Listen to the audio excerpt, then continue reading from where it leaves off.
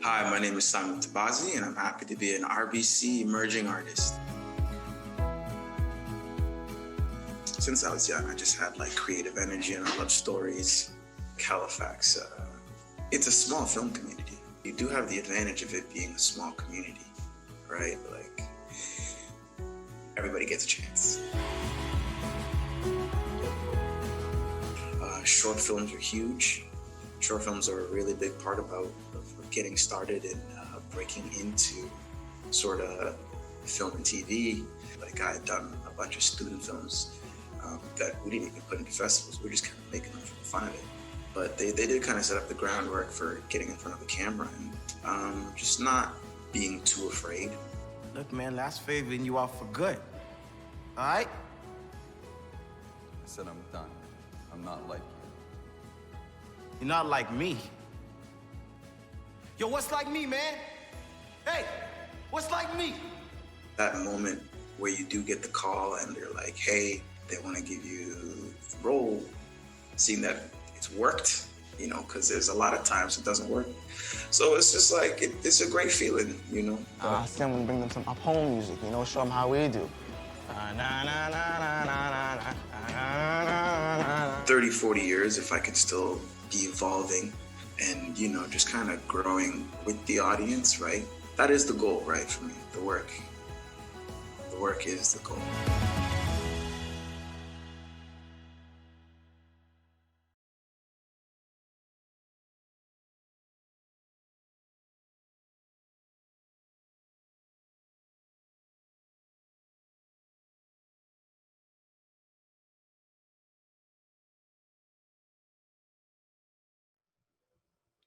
Hi, my name's Anik Sheedy McClellan.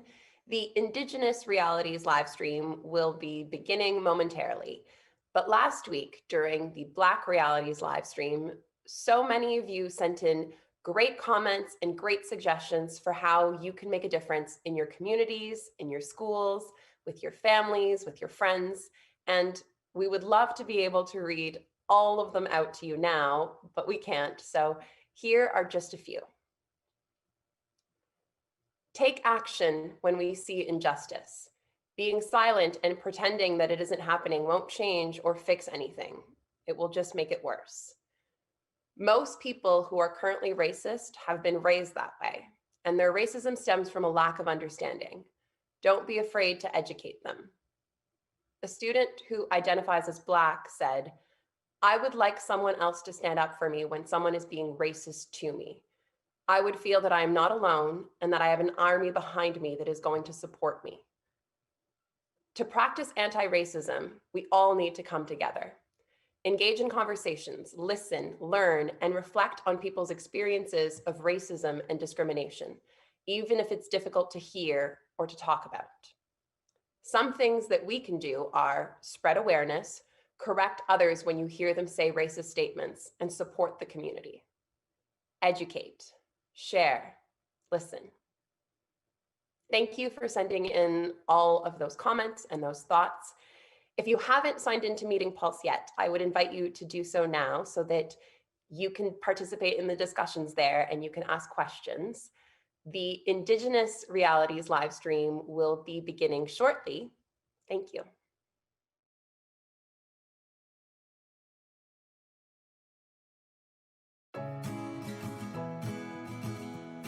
Hi, my name is Anna Lam, and I am happy to be an RBC emerging artist.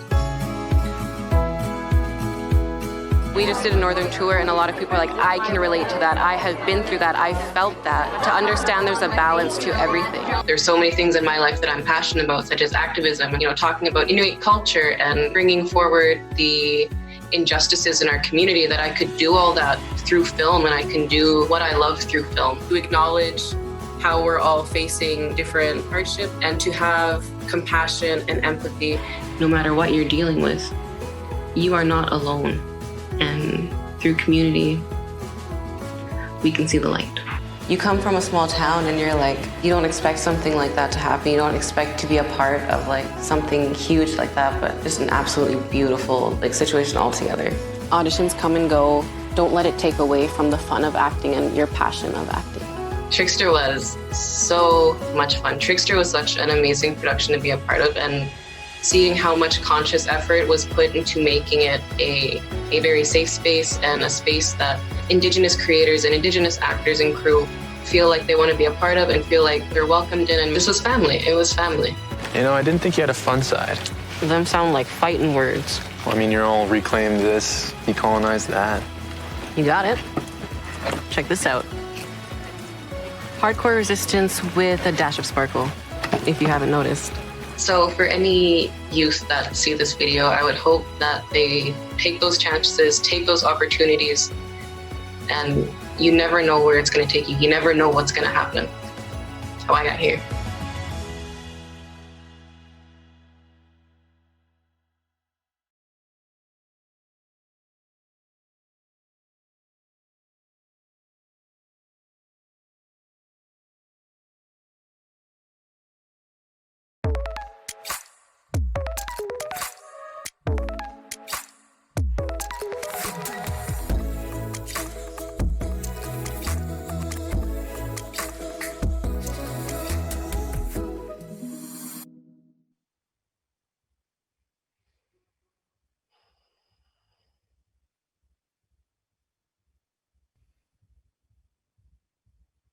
Hi, my name is Anik Sheedy McClellan, and on behalf of all of us at Real Canada, I want to welcome you to the second live stream in our anti-racism programming. There are over 12,000 of you who are participating, and we're really looking forward to interacting virtually with you to discuss Indigenous realities in Canada. This live stream is taking place across the entire country, and we've all become accustomed to hearing Indigenous territorial acknowledgements. And we'd like to take this opportunity to truly reflect on Canada's situation on traditional Indigenous territories, treaty territories, and unceded lands across Turtle Island. We do this in spirit of reconciliation with the many First Nations, Inuit, and Métis groups who we join today. The work that we do at Real Canada would not be possible without the truly important contributions from all of our sponsors. So I'd like to acknowledge them now. We have the Government of Canada, Telefilm Canada, the Government of Ontario, Ontario Arts Council, Bell Media, CBC, Ontario Creates, the City of Toronto, and Cineplex. Thank you for making what we do possible. There are over 350 schools that are participating from all across the country. And some of you are joining us from your classrooms, and some of you are doing remote learning. Some of you are watching this live, and some of you are watching a recording, and we welcome all of you. We have schools and students who are participating from every province and every territory. We have from the north in Carcross, Yukon, Gauche Claw Community School.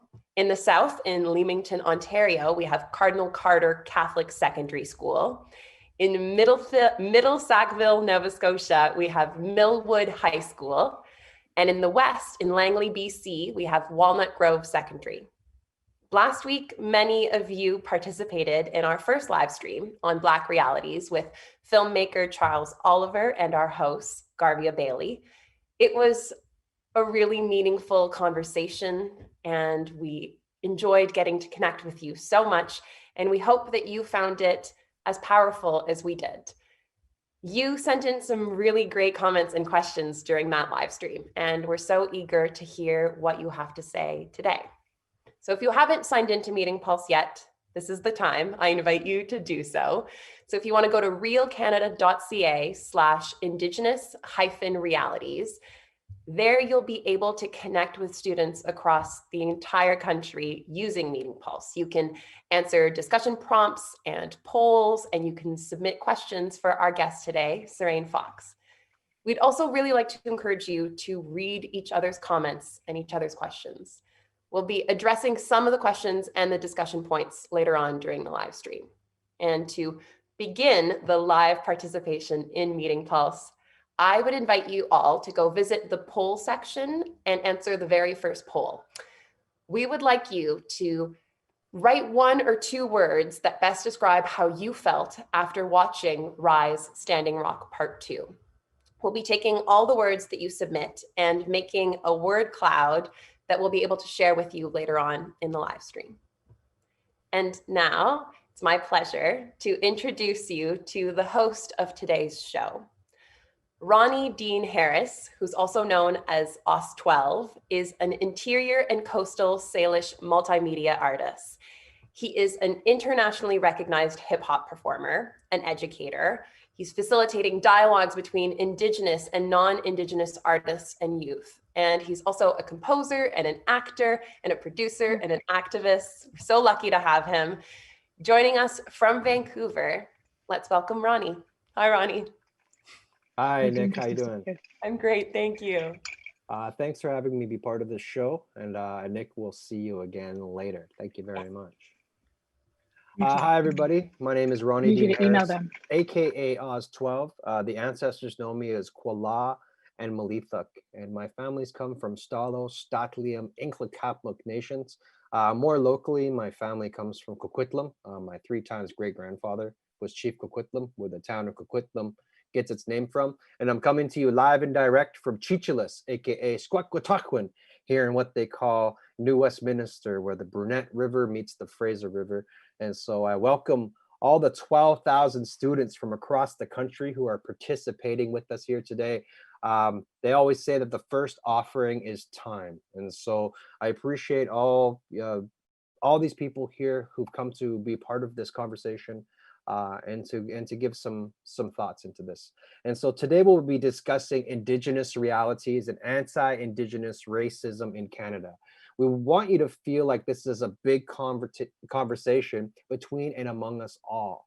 So Standing Rock is about a pipeline, but really it's bigger than that. Indigenous rights, anti-Indigenous racism, the way Indigenous peoples and cultures have been disrespected for hundreds of years. It's not just a historical issue, it's something that is happening today.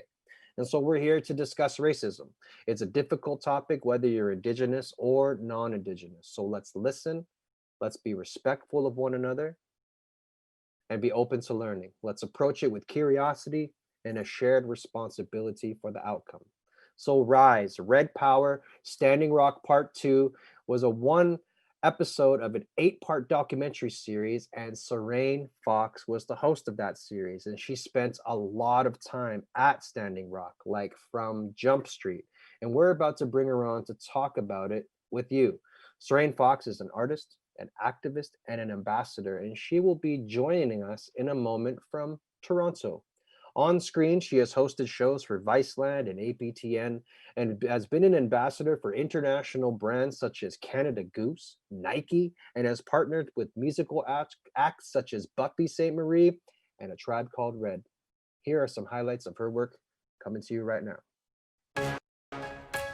Serene Fox, a powerful, compelling voice for the Indigenous community, is Anishinaabe from Batchewana First Nation and comes from a long line of storytellers. Serene's screen highlights include the award-winning series Rise, as well as Cut Off on Viceland and APTN's Future History. Dancer, choreographer, writer, and host, she uses her multifaceted platform to celebrate the knowledge and talent of Indigenous peoples and to amplify their voices. My people are storytellers. Our language ties us to our land. This is Serene Fox. Hi, Serene. Oh, hi, Ronnie. How you doing? It's good. It's always good to see you. We really want to give you some space to introduce yourself and connect yourself to than the way that you're used to. So we're going to give you some space to do that right now. Oh, miigwech. So this is the way that I always introduce myself. So Bojo Wabananango Kwandas Nakas Wabazashi and Dodam Anishinaabe Kwandao Batchewana and Donjaba Niso Madewian. So that's Anishinaabe. That's my traditional language, and that's how I recognize all of my ancestors and my responsibility to my community. But y'all know me, my friends know me as Serene Fox. I'm really happy to be here. Awesome. Thank you for being here with us and helping us to hold space here. So those of you out there, you've already started sending in some of your questions, and we want to include as many of you as possible. So let's get started. Serene, here's a question that says, you're from Canada. Why did you choose to be part of a documentary focusing on the mistreatment of American Indigenous people? This is such a great question. And it's actually an opportunity maybe to let you guys know a little something different about many Indigenous people. So there's a treaty between the US and Canada called the Jace Treaty, and it actually protects the movement of Indigenous people across the American and Canadian border.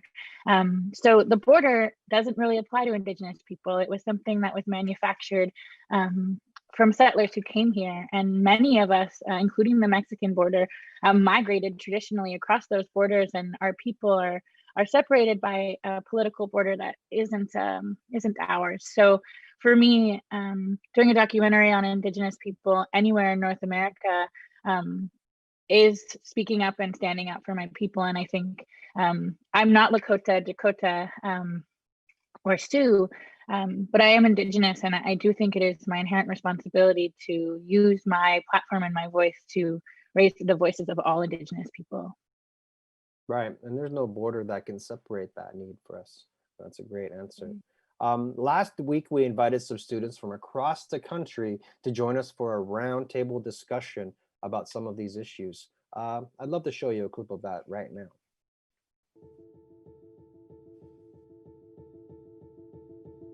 I definitely did not know as much as I should have about Standing Rock previous to watching the film. Knowing the history between Indigenous people and the Canadian government and stuff like that. It's not much of a surprise as to the nature of what was happening and sort of the grand idea. But it was really good to watch the film and learn all the details of what was going on. This documentary really opened it up, to me in a way that I hadn't learned about it before. I didn't hear about the movie before I watched it, but I was kind of expecting what I was gonna see in that movie. So when I watched it, I wasn't really surprised because I've been keeping my eye on what's happening here exactly. Prior watching the video, I wasn't aware of the Standing Rock issue. And I feel as I watched the video, it made more connections with me and my community. And I started forming this puzzle piece where I made connections on my own. I learned about it from these water walker activists at my lodge. It was very emotional, and because I was so young, I didn't exactly get what was going on and how big of an issue this was. Now that I'm older and I watched the film, it really helped, especially with the history, it helped me understand more. I had a vague idea of what it was about, but I didn't know many of the details. I had heard about the protests against the Trans Mountain Pipeline in BC, but I didn't hear about the Dakota Access Pipeline until actually the day before I watched the film.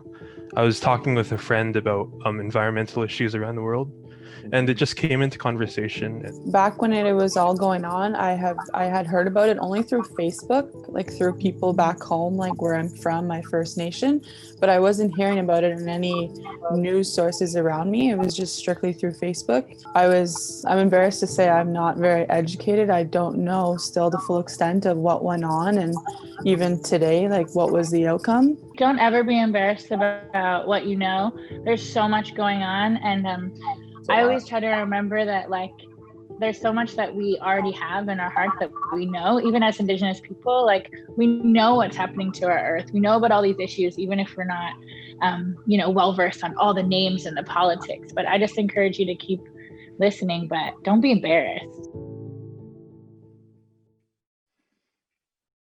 Wow, that was a great conversation. Is there anything you noticed from that conversation that stuck out?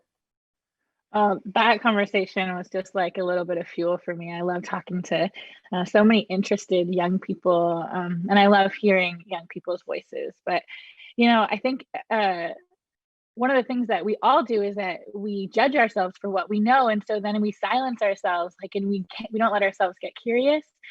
So I really loved this idea of just reminding ourselves to not be embarrassed and like being honest. Like, I really want to know what's going on, but I'm going to tell you, I don't actually know. Can you tell me?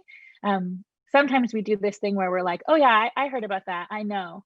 When we don't, and then we miss the opportunity to get informed and to hear some truth. So I think just humble yourself and really let yourself be curious and not know everything. I love not knowing things. That means somebody can educate me, and then I get to hear someone else's story. Yeah, that's like there's a proverb about the empty teacup. You can't accept somebody's tea with a full cup. Yeah. Right? Yeah, I like that one. Yeah. I always hear the old timers talk about like, soon as you think you know, you don't. Right. Oh yeah. So there's always this openness for learning. Through the years that I've been participating and listening to young people, I'm always amazed at the ideas and the direction in which we're going makes me hopeful. There's a question that's come in about your experience at Standing Rock, and I'd love to get to that. And it says, what was it like to be at Standing Rock? And were you scared at all of what police or law enforcement might do? Yeah, it's a really great question. When I first arrived at Standing Rock, it was really calm. There were, less than a dozen, mostly young people who were camped out on the banks of the Cannonball River. And so it was really safe. So I had this amazing opportunity to get to know the land and the people who started the movement in a really intimate and calm way before everything sort of got really intense. So because of that, I felt really safe with the people I knew there and with LaDonna Braveful, who started the movement with Bobby. And the second time I went back was after the Call for Warriors. And it was just a few days after the dog attacks. I was actually flying home from Hawaii, or straight to North Dakota from Hawaii when the dog did attack. And when I got on the ground that time, the Army Corps of Engineers was on the ground. And yes, I was scared. There was this feeling of encroachment, like we couldn't control the situation in the same way anymore, because now there were these outsiders. There was a real line between who we were up against and who was standing up. So yeah, I'll be really honest. And I was really scared, and I really acted tough about it. But I think to this day, I still feel like a reaction to law enforcement and to heavily armed sort of militia responses because of how intense it was on the ground at Standing Rock. I can imagine. That's probably a lot to unpack. Now, I'd love to talk a little bit about what's happened at Standing Rock since this documentary has come out, because there's been a lot Standing Rock seems like a long time ago, because there's just so much stuff that's happened since then, not just at Standing Rock, but for all of us here in Canada and across Turtle Island in these resistance movements. I'd love to a little bit more about what you know about what's happened there since this documentary has come out. Yeah, so much has happened. When this documentary actually premiered was really interesting timing, because it was right between the Obama and Trump transition. And so Obama actually stepped in and stopped the pipeline, and then Trump reinstated it. And on March 25th of this year actually is when they made a final decision that said that the Army Corps of Engineers had to reevaluate. So what's happening right now is that they have to redo the entire environmental assessment. So it's basically starting again from the very beginning, but the pipeline has been flowing, and the hope was that it would stop flowing soon. But as far as I know, they're still waiting on a lot of those updates. But so much has happened. There's been so many movements, and I think Standing Rock has really inspired so many young people, so many of us to keep fighting. And I just try to think about that and what that feels like whenever I think about all of the complicated parts about Standing Rock as well. Yeah, it's like there's a lot of, we want to be able to contribute to those movements, but as well as we have our own front lines, I think, each and every one of us in our nearest communities, our salmon streams, our water in our own communities, organizing within our communities, raising dialogue within our communities. I think what's important about this conversation here that we're having is this is an a unique conversation that's not being had anywhere in the world right now, with 12,000 people coming together to share our ideas about this information. And I think this is part of the way forward, is difficult conversations and further organization within community. And that's what I loved about this film, and witnessing the power of Auntie LaDonna and that team of aunties who just brought everybody together, and those youth who just brought people together. And I really look out to my nieces and nephews, and I hope that one of them is somebody who chooses to solve a problem and finds a way to feed people and bring people together. And I'm glad that all of these people are here today. This is a good step towards where we want to go. And I think just to give you just props to LaDonna, because through all of this, LaDonna has just continued to stand. She's been all around the world, and after her own front line shut down, she traveled the world fighting for every other community that invited her, and that woman is just my inspiration, a powerhouse.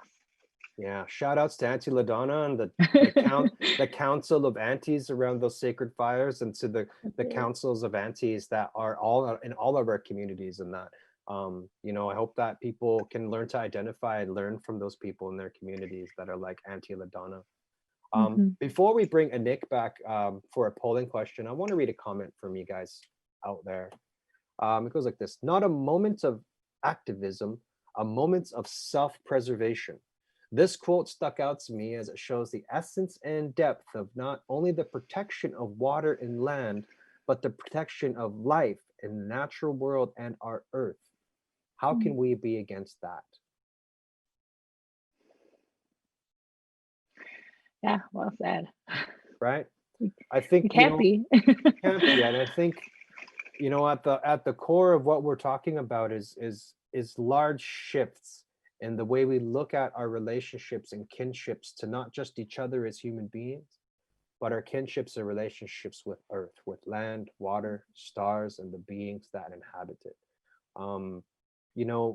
This is a beautiful way to kind of capture a little look at what it is we're paddling towards together. Yeah. And I hope that we're able to in this world, think about, in our potlatch culture, we have the concept of the witness. And so when a ceremony happens, you're called to witness, and your job is to take what you've learned back to your community and share that so that your community knows about it. So I hope that in the spirit of the witness, you take back what you've learned from this film, or you bring out something that you've learned from this film, a value or a principle, and you share that with your community, and you share it forward to the next generations. And that's how our larger community is going to grow together. Yeah. I agree. So we have another polling question for you. So I'm going to hand this over to Anik. Thanks, Ronnie. We, like Ronnie just said, just launched a new poll on Meeting Pulse, and we're asking you to let us know if you were surprised by any of the content in the film. So if you can go to the poll tab and you can give us your answer there. The options you'll find will range from I was very surprised by everything in the film to I wasn't surprised by anything in the film. And I can see, this is actually updating live here, the graph that you're seeing. So I can see that most of you that are voting seem to be saying that you were surprised by some of the new things that you learned. And once you have participated in the poll, we would love it if you could elaborate your answers using the discussion tab. So if you were surprised, maybe you can tell us which scenes you found most surprising. And if you weren't surprised by anything in the film, tell us why. And yeah, please keep asking your questions and keep participating in this way. And Ronnie and Serene, it looks like the last part that I saw there, it was still showing that students that have already voted were saying that they were at least surprised by a little bit of the content. Is that what you would have expected, Serene? Yeah, I mean, I think there is surprise in all of this for anyone. I think that we're not all watching the same content. We're not all getting the same stories. We don't all have our same pulse.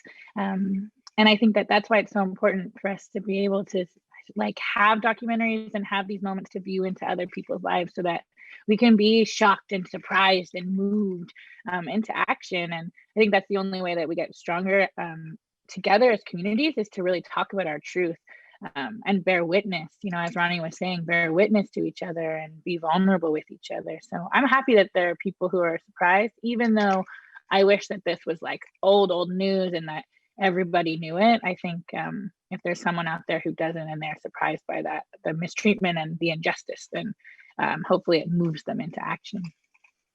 Yeah, I think when we had the roundtable with the students, one of the things that kept coming up is exactly what you just said, where something would incite someone to feel more convicted to be a part of the movement.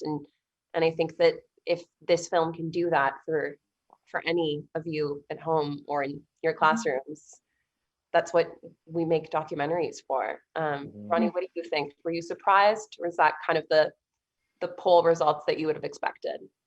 Well, I mean, I've been doing work in schools for a number of years now, and we started to identify that some of the teachers were putting their hands up saying, well, we didn't know anything about this information that you're sharing. Yeah.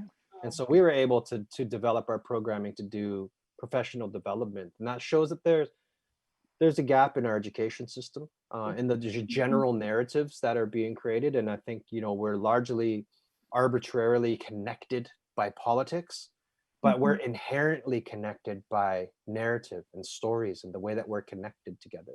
And so, we can throw stats and we can throw data and news and articles at you all day and essays and whatever, but nobody's ever marched on Washington because of a pie chart. It's humanizing stories by song, by carving it, by weaving it, by painting it, by crying it, by documentaries, and by humanizing and connecting it to those characters. I think that's the path forward, because if we're just going to be reacting to news and numbers, then we're just going to be processing those things and not feeling them. So yeah. I think this is where we're at now, is, they talk a lot about reconciliation, but we're still in that truth part. And the truth is going to take ceremony. And I think arts is the ceremony that we're moving. Yeah. Good. Yeah. The truth, you saying that we're still in the truth part too. I think that when we're little and through years and years and years and years and generations, we learn wisdom through stories. And so getting to learn, like you're saying, not from facts necessarily, but from stories that are built on facts. It connects to our heart, and it makes us feel community. So you have to be activated by stuff. If you're not activated by it, then it lands and it goes in your what the old people say to us: you speak to someone's heart and they're going to hear you. Speak to someone's ears, it goes one ear out the other. So you have to make it land. So if you want to change and you want to shift the spectrum of allies, we're going to have to speak to people's hearts. That's even the people we don't like. If we want them to change, we need to speak to their hearts, or we're just going to yell and scream and be waving our fists until something bad happens. So that's what I can share about that right now. Yeah, the human stories of it all. I agree. So we have a question that's come in for both of you, and it is: if you could change some important ways in which First Nations cultures are represented in modern society, what might they be? And so, Serene, I'd love to go to you first. What would you like to see changed? Yeah, I mean, just to continue on sort of what we were just chatting about, I think a lot of people don't realize that our stories are our truth. And so these are not, nice, happy stories that we just made up to tell. These are based on science and based on our real, true history. And I think colonial society was made to believe that because we weren't writing things down, because we weren't documenting in a colonial format, that we didn't have our own opinion, that we didn't have the right to speak about our own history. And so I think the main thing that needs to change is people need to stop telling our stories, and they need to stop retelling stories that we didn't write. And that means the entire Canadian framework, the entire North American framework of our history and who's been telling it. And I think it's an interesting conversation right now in film, especially because who has the right to tell our stories? is one voice enough on a production to make it an Indigenous story? Is one perspective and consultation enough? And so I think the biggest thing that needs to change is trust. If we believe in reconciliation, which is like a whole other topic, I like to just talk about truth because I think we're years from reconciliation. We're still in the truth chapter. But if we want to talk truthfully with each other, then we have to trust that Indigenous people can be in charge of our own stories. We're smart enough because we are. We're talented enough because we are. There's enough of us because there are. And you can find us because we're out there, and it's a choice. So I think we need to start giving the power to the people and trusting Indigenous people to lead, because we took care of this country for thousands of years, and it was in pretty good hands when the settlers arrived. And I think that in itself should be enough reason to let us control our own narratives. Absolutely. Yeah. Ronnie, how would you build on that, on Serene's incredibly moving answer? I mean, that has everything. I would add to it that there are some base level mythologies of control that are existing in the Canadian consciousness right now. There's a large percentage of this country that thinks their tax dollars pay for the lives of Indigenous people.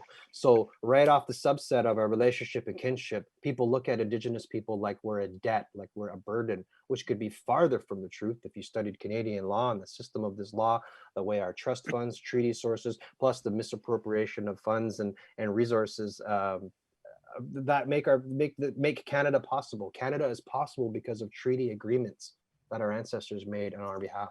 And so there are large questions that I get asked by people with PhDs, which should be base level knowledge as a Canadian. And so the more that we know about Canadian Indigenous policy as a collective, is the better the society is going to be. And that's plain and simple. We have to challenge simple mythologies of control that are creating a large basis of division between all of us, because without all of us, the future is bleak. And so the futurism is with difficult conversations, and the futurism is definitely in collaboration and connectivity. Connectivity, I like that. The question that's coming in, and versions of this question have come in quite a bit, is, do you believe Indigenous women are at the center of current anti-colonial movements? And how do you think Indigenous-led movements now differ from movements of the past? So they mean the 60s and the 70s specifically. So Serene, what do you think?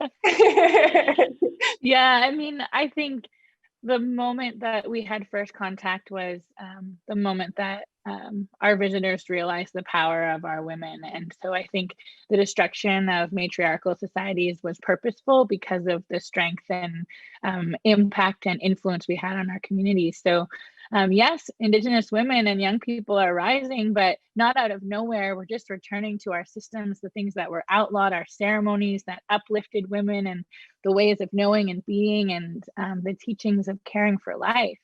Women care for life. Inherently, that's our role. And life is beyond just carrying new life, new human life.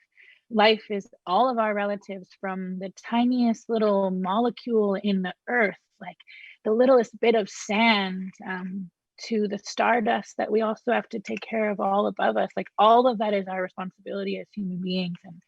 And so we're under attack. So women need to stand up and make sure that we can fight back, because we stand up for Aki, our mother, the earth. And so I'm just so proud. What I'm surprised about is the age of young people, young women standing up. They're just like, I feel like they're coming out ready to go, fist up. I have an ultrasound photo to prove it. My little baby had a fist up in it. Yeah, Serene is soon. Yeah, so exciting. I'm sure definitely we'll come out fighting. You're right. So now we are actually going to go and watch another clip from the roundtable that we did last week, when the students were speaking about their reflections on injustice and on Indigenous racism. So let's check it out.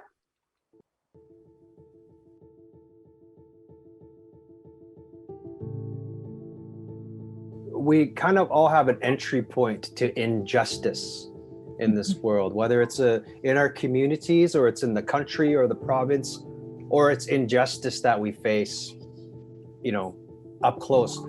That turning point was witnessing how easy it is to perpetuate this kind of violence against people, and for it to be okay, for it to just be a news story for a couple of weeks or months and then to go away.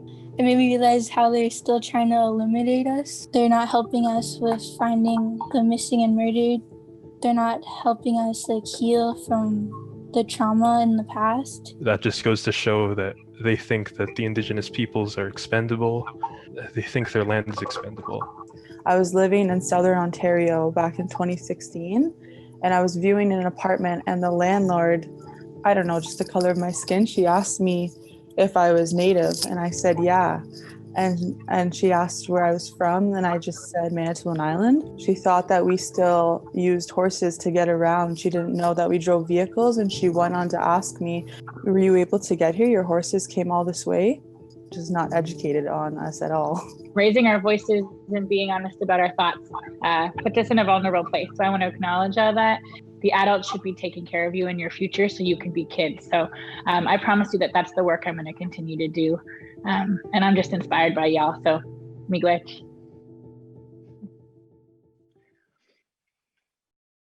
That was a really great conversation. I was really kind of blown away by the depth in which some of these young people are thinking.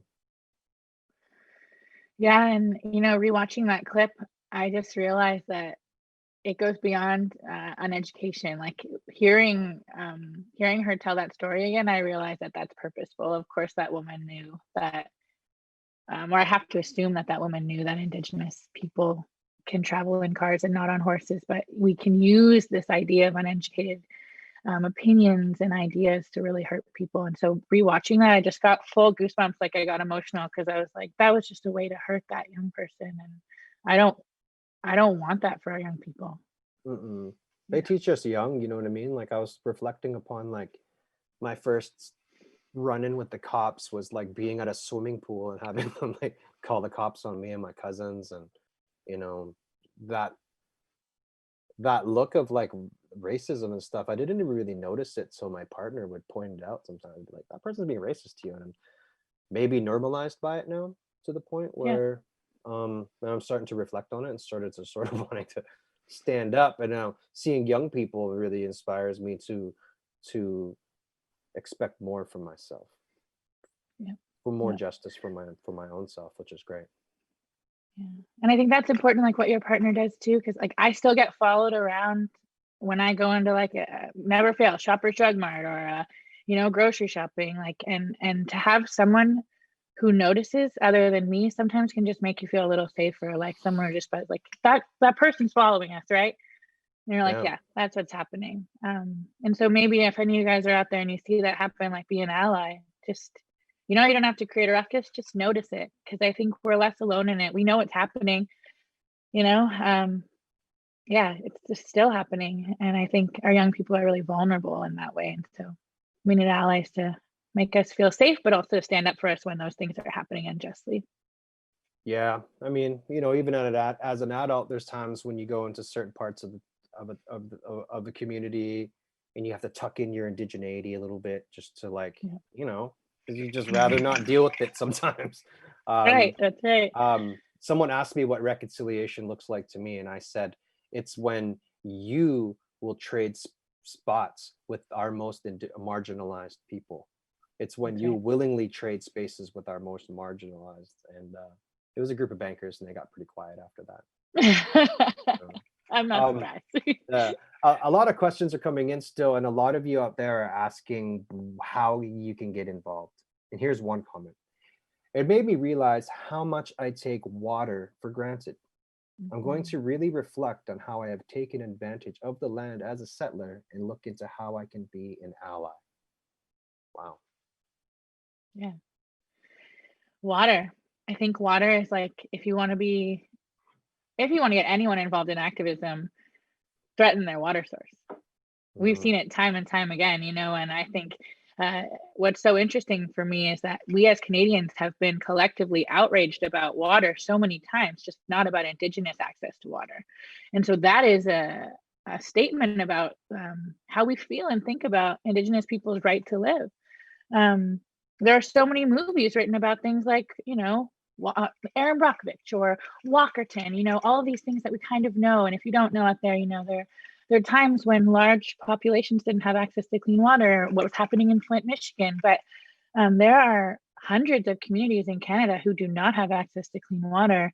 And it goes beyond just the water because they're an environmental crisis, because the single-use plastics needed just to keep their communities afloat also affect the state of the land and the way that they can have access to their land, because a lot of these places don't have landfills and and recycling centers. So water is one way to just like expand your whole framework. And one really powerful form of activism is to have a drink of water first thing in the morning before anything else, and just say thank you. Thank you for the ability to have this clean water that's going to keep my physical body vessel alive. That's a great act of gratitude. Mm-hmm. I said at the top of the show that the first offering is always time. That time to even think about or to give mindfulness towards an issue. An elder, someone who's become a great mentor to me, named Eddie Gardner, talks about we're at a state in the world where we should all be finding something, one thing, and protect it. Whether it's a species, whether it's a river, stream, whether it's a language, a word, a story, a song, we need to find something and protect it with your dear life. And I think if everybody finds something to protect, we're going to be in a better way. But that first offering is time. And often we think that it's going to be too much, it's going to displace things, it's going to be inconvenient, but it's going to be all of those things. Just like any kind of medicine, just like any kind of ceremony, just like any kind of pathway towards anything great, it's going to be uncomfortable. It's going to be different, and it's going to take time, and it's going to take effort. And so, like, again, I thank all of you people out here for taking the time out of your day, the time out of your education to join in a conversation and to give space into your consciousness for this conversation that is here. This is the pathway to our future, is to really be talking about these things and to be creating a pathway towards further dialogue and collaboration and co-creation of our existence. I agree. At the start of our show, we asked you all to tell us how watching Rise made you feel in just 1 or 2 words. And we've put all those words up into a word cloud. The bigger the word, the more of you said the film made you feel that way. And so on the screen now, you see our word cloud. Obviously, right outside, you see the word that says sad. I see angry, I see disappointed, I see disgusted, I see interested, I see upsetting, I see surprised, I see knowledge, moved, land, think, sorry, one, educated, extremely, enlightened, proud, scared. What else do we see? Uncomfortable, intrigued, shocked, disgusted. Yeah. What do you notice from that word cloud, right? So many things. There's that right at the bottom is uncomfortable. And what I love most about this word cloud is that sad and angry are the 2 biggest words. And my mom is a healer, and she does a lot of work with trauma. And one of the things that you learn is that anger is just a mask for sadness. And so I think when we get really angry about things, it's because there's something in there that like touched our spirit that really like made us feel something. And sadness or remorse or the idea of this, the humanity, our human response to the injustice we are witnessing. And I really do believe that there is no one who is untouched by that. If we really go back to our honest selves, then I think that place where you're like shook up, that's the most potent and powerful place for change. I think if you don't feel that, if we don't get cracked wide open sometimes, then there's no, like you were saying earlier, there's no reason to stand up. There's no reason to get involved. And so yeah, I'm still really sad about Standing Rock, angry about Standing Rock, but uncomfortable is good because you can't sit with uncomfortable. You need to like move out of that space. But my favorite thing on there is that there's the word kind. And I think kindness is the best response to any kind of injustice. Kindness for yourself and kindness for those who are at the other side of that, because at the end of the day, that kindness is compassion. And I think that that needs to be attached to our sadness and our anger too. Yeah, sadness and anger is an interesting set of emotions. I remember Maya Angelou saying that you should be mad, you should be upset, you should be sad, because if you're not, you're either a stone or you're dead inside. And if you're not mad, or maybe you're too sick or sad to be upset and to be angry, and then that's okay. That's the position that you're in right now. And many of our Indigenous people, you see people be like, well, why aren't they getting as mad as I am? Well, some people are still going through their healing process of their trauma process. Not just Indigenous people, people around the world are dealing with things. And so whatever the position that you're in, or the entry point, or the level of understanding of which these causes and these issues are meeting you at, that's perfect place for you to be. And I always say that the best thing we can be is honest with our understanding of these causes and these issues, and honest with our understanding of what is presented in the reality before us. Because like you were saying earlier, sometimes we just want to say, oh yeah, I know that, right? Yeah. There's a wokeness contest that's happening that is creating a blockage to our actual collective learning. And it's okay not to know, and it's okay to say you don't know, and it's okay to have those feelings and process them, and create safe spaces so that people can feel that way, so that we can all collectively kind of come to what we feel together, and then create a plan out of it. Yeah. Yes. And also just, okay, I know we need to move on, but tears, guys, if you watch all of the documentary series Rise, like I cry in every single episode. I didn't intend to cry publicly going into it, but I just cry. And I think that's because I grew up without the shame around tears. And so, guys, I want to, like, my favorite thing is when it's raining to go out and cry. When you take a shower, just cry and let the water just blend with your tears. And then if you're really shy about crying, then you can just, like, pretend it's not happening. But I think crying in front of your friends and crying when you're actually feeling emotional and like not pretending is powerful. So if there are any criers out there, like, I'm standing with you. I would cry, snap fingers. Yeah, that's part of it's part of our ceremony. Our songs were cries. So yeah, power. I can feel that resonance. Yeah. We're gonna go back to Nick for some more comments from out there. So Nick. Yeah, you're all sending in such incredible comments, so thank you. So I'm going to read a few of them. First one is, this is not only an American problem. The situations brought up in the film are very similar to what is happening in Canada. It broke my heart to see all the Indigenous peoples fighting for rights they should have already had. And the next one is, it made me realize just how bad police violence is, not only against Black people, but against Indigenous peoples as well. It allowed me to recognize the privilege I took for granted my entire life. Yeah, there's been a lot of conversations lately, both with the pandemic and also with all the events with BLM, with Black Lives Matter this summer, about privilege and recognizing privilege. And Serene, earlier when you mentioned that a really good way to be an ally is to just mention it when you notice it, when you mention that you are noticing it, so that the other person feels seen. Is there another way that, or other ways that you think maybe are subtle or can be built into someone's daily routine that they can be an ally? Yeah, I think there's so many ways. I think that we also have to be careful here, right? Because being an ally right now is so cool, so hip. And I don't want to discourage any of that, but I just want you guys to think about what you want to stand for, not what you stand against. So I think activism gets put into this really weird box where you're standing against all these things that you're mad about, but that's not it. What you're actually doing is standing up for something you so truly believe in. So two really important ways I think to be an ally is to, even if you don't understand, if someone in your community, your friends is standing up for something that they really believe in, choose to stand with them.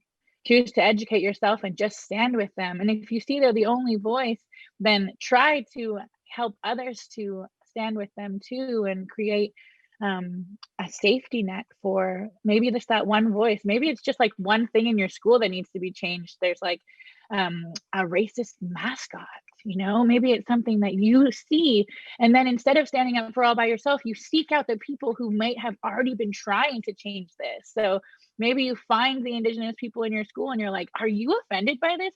Did I not notice this? Have you been trying to do this all this time and I didn't see? Like, try to do that kind of like behind the scenes research.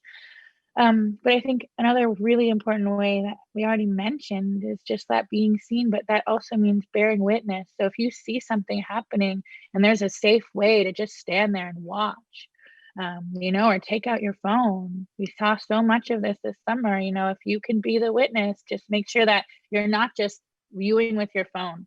That first, before you pick up your phone, or maybe you're like, hold this phone, watch what's happening here. Somebody else is on the phone asking to get help, asking to make sure that this person's okay, you know.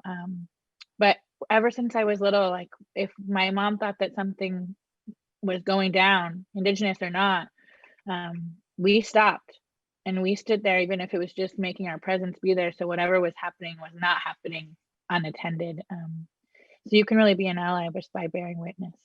Yeah. Thank you for sharing that. We have another clip that we would really like to share with everyone. And Ronnie, I'm wondering if you can tell us a little bit about this video. Yeah, there was a Métis student from Manitoba who was supposed to participate in the round table we had before, but wasn't able to at the last moment.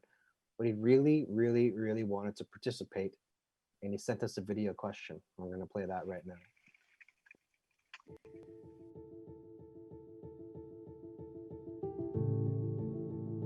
Today I want to talk about the Rise movie that I just watched, and I have a couple questions for you guys. So the first one is about residential schools, and I just want to know, why was it so important, the fallacy and the abolishment of our culture? Why, like, I just want to know what the purpose of it was. Why the government needed it and saw it as necessary, and how come it took so long for First Nations people to be seen as actual human beings. I believe it's honestly antagonizing to call these systems schools. I have a grandma who's afraid to even speak about it. So it's very damaging, and I would like you guys to touch on, if you can, just how damaging it is.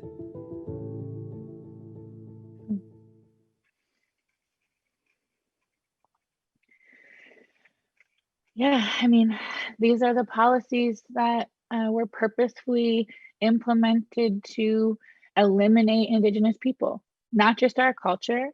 A lot of people think that in residential schools were just meant to abolish our culture, but it went beyond that. The goal of the residential school system was to make it so that Indigenous people no longer existed in Canada. And I want everyone out there to take that in, because all of you are in education. All of you are showing up at schools or tuning in virtually because you want to learn, and because it's supposed to be a place that helps you expand your mind and become a valuable member of society, whatever that means. And it's safe and it's catered to you. And even this live stream is catered to you in the way that you want to learn. And people have thought about it and thought about how to make you safe in it. And Indigenous people didn't get any of that. And so even our reaction in school right now for so many Indigenous people is associated to triggers and trauma. And I had a really hard time just even being in school, because even when I went to school, residential schools were being taught as something that was acceptable and a part of our history that we shouldn't be ashamed of. But that's not the truth.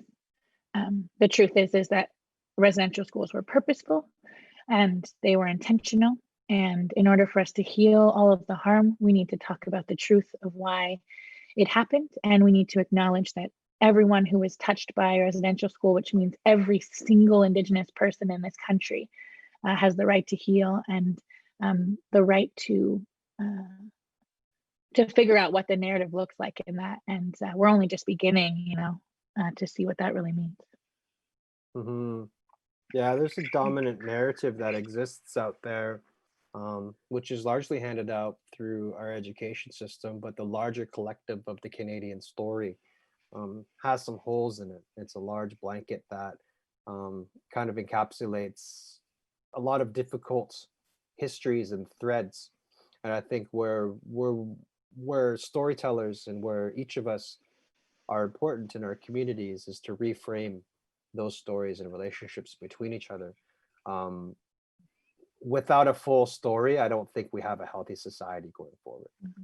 The more that we are able to hold space for all communities that have needs around the sacred fire, that is which is our Canadian society, the better off we're going to be in the future. If we can recognize and acknowledge and create time and space for everybody around the table, and that's not just human beings, that's for our animals and for the land itself. So these policies continue today. I'm the first generation of my family not to go to a residential school. I started kindergarten in 85, and the last residential school closed in 84 here in this area of the world. So when people look at this as an ancient history or something that we should get over because it is out of touch, I urge you to understand that these are still policies that are still in effect. I have a card in my wallet right here that says I'm a certified Indian, which is an interesting trope that there is a racialized segregation of people. We're living in a living apartheid in Canada, a difficult reality for the marketing brand that Canada has sent around the world for telling people to come here for happiness and for maple syrup. And so understanding the displacement that has had to happen so that Canada can exist and so that the world can come here to find refuge from other marginalization and on the planet is definitely a story that needs to be continued to be told. And as technologies roll out and more of our young storytellers start coming to the plate, we're going to hear more of those stories. And I think these difficult stories are going to need ceremony for the difficult realizations that are going to happen so that more traumatization and marginalization doesn't happen. And so I think that's where the arts comes in. Me too. Yeah. That's the role of the artist. Yeah, to put some medicine on it. And I think that's films I think are going to do that. It's something that the history books, that if we sent you out there an essay to read about what we're talking about, what the film was about, I don't think it would have vibrated as much with, well, some of you. But it's got music, it's got film, you can see the images, you can feel the energy of people, you can see the furrows in their brows, and I think it gives you a more interesting look into it. And I encourage you to find a story in your community and tell it.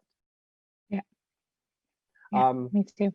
We've got some new questions coming in, and Serene, we're almost out of time. This kind of flew. When we're thinking about it, it seems like all this time, but time flies. But I want to ask you one more question, because there's a lot of students who are asking about the artwork behind you. Can you tell us who the artist is? Oh my goodness, of course. So this is actually a really good friend of mine who's passed on now, but his name is Jay Red Bull. So Dre Red Bull, you can look him up. And this is the hummingbird. But this hummingbird is the bringer of song. And so when we had lost all of our songs and we were just searching for our ways again, it was said that a hummingbird flew through the doorway of our lodge and she brought back the songs. And it's really fitting that you guys asked about this, because I just want to mention a really important person who's passed on to the spirit world last night. But Badwedan B'nai Siba, who is the Grand Chief of my lodge and the Western Doorway, he passed on, and it's beautiful to be able to talk about the hummingbird because his family took care of all of our songs when we had to hide them, and so we have so many of them because he fought to have them back. So, guys, talking about stories, don't wait. If there's an elder, if it's your grandparents, if there's a story that you've been waiting to tell and document, just do it. Pick up your phone. It doesn't matter what technology you have. Pick up a notebook. Go and capture those stories, because people walk on in this life, and sometimes we need to remember, like Ronnie said, to take the time to sit with them while they're still here. Yeah, press record now. Now. Yeah. I also wanted to mention that you've made a new short film called Anandi that will be airing soon on CBC Gem. We're going to show you a trailer right now. My auntie, Mary Bell, is a residential school survivor and is our oldest surviving matriarch. She carries a lot of truth and a lot of pain. And now that she's an elder, she's only focused on how the story will carry on for us. You have power when you truly, truly forgive them. You receive so much love and peace. My job, as the youngest in our family, is to carry on her ways, her stories, and her dreams. Anandi, she is gone. Wow. Anti-vibes. Yeah, anti-vibes. See the tears, guys? It's all good. Can you tell us a bit more about your film, about that film? Yeah, so my Auntie Mary is just like the most incredible woman. And she is a residential school survivor, and she's really kept all of our family's stories. So I call her Auntie, but she's actually my great aunt.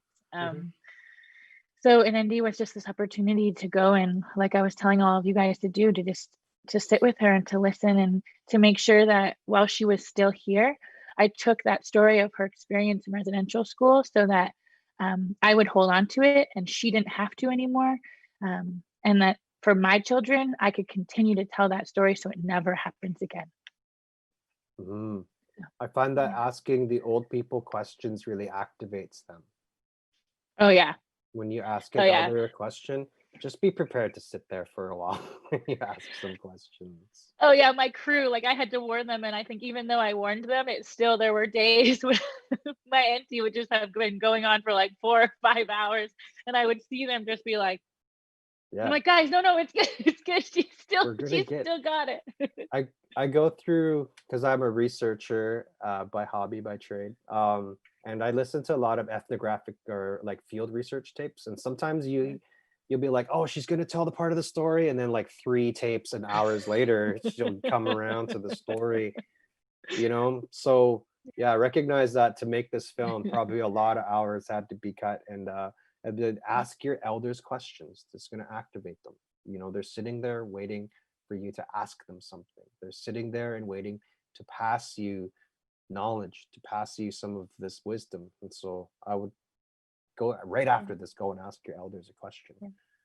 Thank you all. Don't be afraid of the silence. Sorry, don't be afraid of the silence. Sometimes you have to wait like a full minute for an answer, but just sit there. Just wait for it. God. It's worth it. Okay, Ronnie. Yeah, my uncle was like that. Uncle, how should you do this? And he would just sit there. And it'd be so awkward. You'd be like, but they're waiting to see if you're gonna sit and listen, and if you're gonna run your mouth. So just sit and wait for it, and it's gonna be great. I want to thank you all for your amazing comments and questions out there who are joining us from the 300 such schools, 12,000 students across Canada. We really appreciate you all being here, and we hope that you're also reading each other's comments and questions. And also, Serene, thank you so much for your time and speaking with us here today, and for participating in Real Canada's anti-racism program. So now, yeah, thank you very much. And now let's bring back Anik. Anik? Thank you, Ronnie. And thank you, Ronnie and Serene, for participating today. I know that I speak for everyone who was a part of this conversation when I say that it was wonderful and meaningful, and that they're all leaving with little gems. So thank you for spending the last hour with us and for sharing your stories and your wisdom and your knowledge. Thank you again so much. So before we go, you have been sending in so many amazing comments, and I have to share just one more. Simply by occupying the land, a whole movement was born. The resistance was beyond inspiring. I hope you take that message with you and you're inspired as well. And if you want to keep learning about anti-racism and systemic racism in Canada, what is currently happening with Indigenous resistance and the Black Lives Matter movement, and what you can do, you can visit realcanada.ca/anti-racism resources to learn more. And if watching the film or the conversations that we had today or your daily experiences is upsetting in any way, here are some resources where you can speak to someone. This marks the end of this live stream, the second episode in our anti-racism programming. And as we leave off, you will see the names of all of your schools again on screen. I want to thank each and every one of you for participating. Until next time, have a lovely day and be safe.